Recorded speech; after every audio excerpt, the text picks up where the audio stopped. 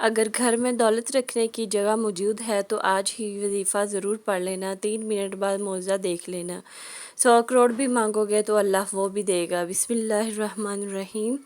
ناظرین، آپ یہ وظیفہ کسی بھی مقصد کو پورا کرنے کے لیے یا مسائل کو حل کرنے کے لیے پڑھ سکتے ہیں، یعنی آپ کا کوئی بھی مقصد ہے، ایسی حاجت ہے، کوئی دلی مراد ہے، پیسوں کی ضرورت ہے، مال و دولت میں اضافہ چاہتے ہیں، رزق میں ترقی چاہتے ہیں، کاروبار میں ترقی چاہتے ہیں، کوئی بھی مسئلہ ہو، پریشانی ہو، مصیبت ہو، کوئی آپ کو تنگ کر رہا ہو یا کوئی آپ کا دشمن ہو، گھریلو مسائل ہیں، گھر میں جھگڑے ہیں، کوئی بھی مسئلہ ہو، انشاءاللہ یہ وظیفہ پڑھنے سے تمام مقاصد پورے ہوں گے، تمام مسائل حل ہوں گے، جو مانگیں گے جلد اور سب ملے گا انشاءاللہ۔ محترم ناظرین، آج کا وظیفہ بہت ہی خاص ہے، آپ نے اس عمل کو لازمی کرنا ہے انشاءاللہ تعالی۔ اس عمل کو کرنے سے آپ کے پاس اتنا پیسہ اور اتنا رزق، مال و دولت آ جائے گی۔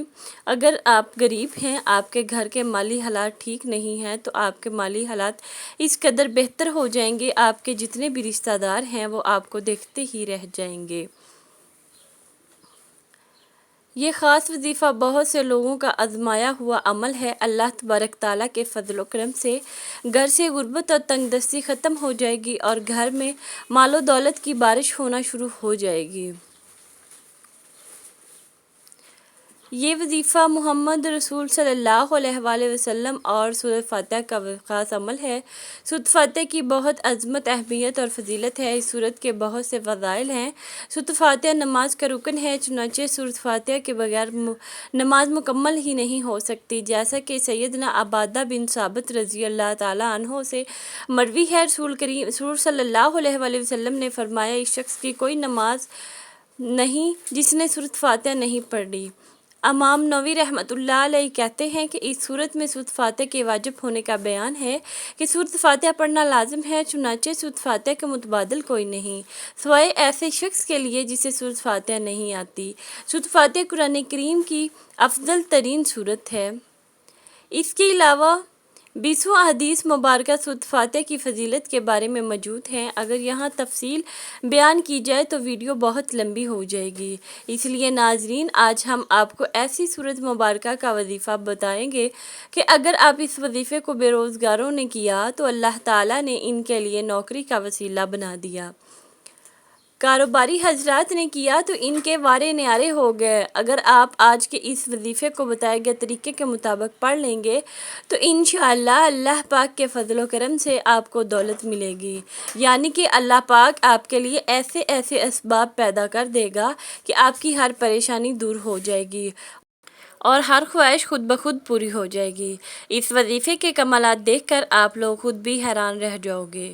خوش قسمت ہے وہ بندہ جو آج کے دن کے یہ وظیفہ پڑھ لے گا۔ اگر میرے رب نے چاہا تو شام تک مغرب سے پہلے آپ کی ہر حاجت پوری ہو جائے گی۔ آپ دنیا کے کسی بھی کونے سے تعلق رکھتے ہیں، آپ چاہے پاکستان سے ہیں، آپ سعودی عرب سے ہیں، آپ بنگلہ دیش سے ہیں، آپ نیپال سے ہیں، مسقط، عمان، جاپان، دنیا کے کسی بھی کونے سے آپ کا تعلق ہے، آپ نے اس وظیفے کو لازمی پڑھنا ہے۔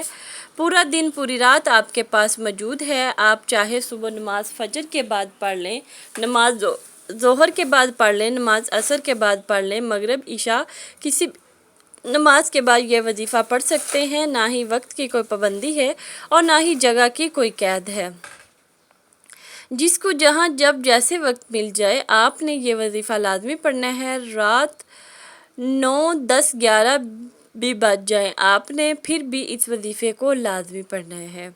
وقت کی نزاکت کو مد نظر رکھتے ہوئے آئیے ناظرین آج کے اس عمل کی طرف چلتے ہیں، لیکن اس سے پہلے آپ سے گزارش ہے کہ اگر آپ اس چینل پر نئے ہیں اور آپ نے ابھی تک چینل کو سبسکرائب نہیں کیا تو خدا را اس چینل کو ابھی سبسکرائب کر لیں، کیونکہ ایسے بہت سے اعمال، بہت سے وظائف آپ کے حوالے ڈیلی بیسس پر کرتی رہوں گی۔ اب عمل کیا ہے؟ آج کسی بھی وقت، کسی بھی نماز کے بعد، جب جہاں جیسے وقت مل جائے، باوضو مصلی پر بیٹھ کر آپ نے سب سے پہلے نبی کریم صلی اللہ علیہ وآلہ وسلم کی ذات اقدس پر درود پاک پڑھنا ہے۔ درود پاک آپ کوئی سا بھی پڑھ سکتے ہیں، آپ صلی اللہ علیہ وآلہ وسلم پڑھ لیں یا صلی اللہ علیہ محمد پڑھ لیں یا آپ نماز والا درود ابراہیم پڑھ لیں۔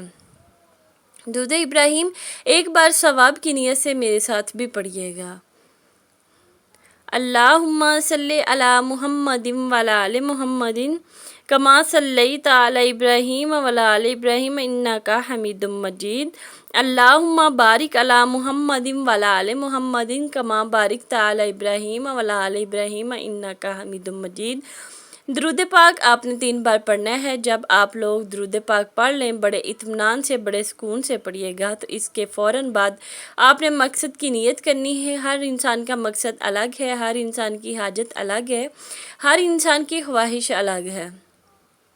آج جس کو جو چاہے، جتنا چاہے، جیسا چاہے، اپنے تمام مقاصد کی نیت کیجیے گا۔ اگر آپ گھر چاہتے ہیں گھر مانگ لے، گاڑی چاہتے ہیں گاڑی مانگ لے، من پسند نوکری کے لیے، من پسند شادی کے لیے، قرض سے نجات کے لیے پڑھ لو۔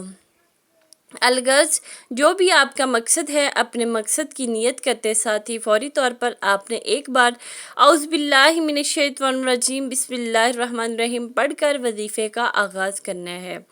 اور سب سے پہلے نمبر پر جو وظیفہ آپ نے پڑھنا ہے وہ وظیفہ سورۃ فاتحہ کا وظیفہ ہے۔ سورۃ فاتحہ ہر کسی کو زبانی یاد ہوتی ہے۔ سورۃ فاتحہ وہ سورت ہے کہ اللہ رب العزت نے قرآن پاک کا آغاز ہی اسی سورت مبارکہ سے کیا ہے۔ سورۃ فاتحہ کی تلاوت سماعت فرما لیں۔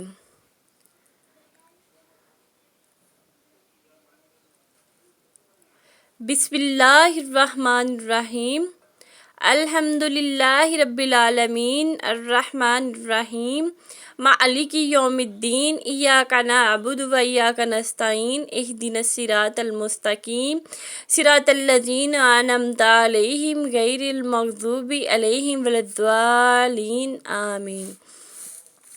آپ نے سورۃ فاتحہ کو صرف 3 بار پڑھنا ہے۔ جب آپ اس آیت پر پہنچیں تو اس آیت کو 11 مرتبہ پڑھ لیں۔ وہ آیت یہ ہے کہ ایاک نعبد و ایاک نستعین۔ جب سورۃ فاتحہ پڑھنے لگے تو ہر مرتبہ یہی آیت صرف 11 بار پڑھنے کے آگے سورت مکمل کریں اور دوبارہ شروع سے پڑھنا شروع کر دیں۔ اس طریقے سے صرف 3 بار سورۃ فاتحہ پڑھ لیں، لیکن یہ آیت 11 مرتبہ آپ نے پڑھنی ہے۔ اس طرح یہ آیت 33 مرتبہ ہو جائے گی اور باقی سورۃ فاتحہ 3 بار ہو جائے گی۔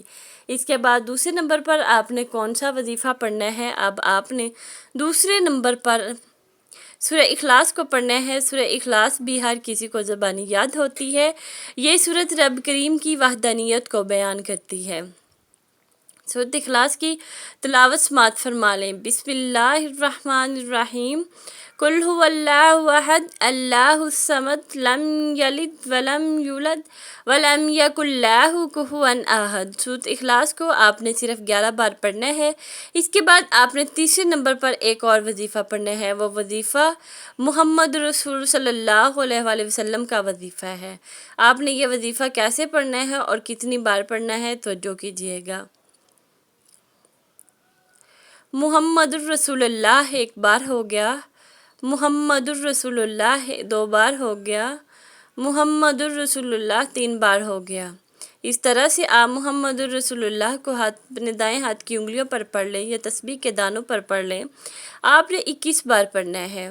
جب آپ یہ تینوں اعمال بتائے گئے طریقے سے پڑھ لیں تو اب آپ نے آخر میں پھر درود پاک پڑھنا ہے، جو درود پاک آپ نے شروع میں پڑھا تھا۔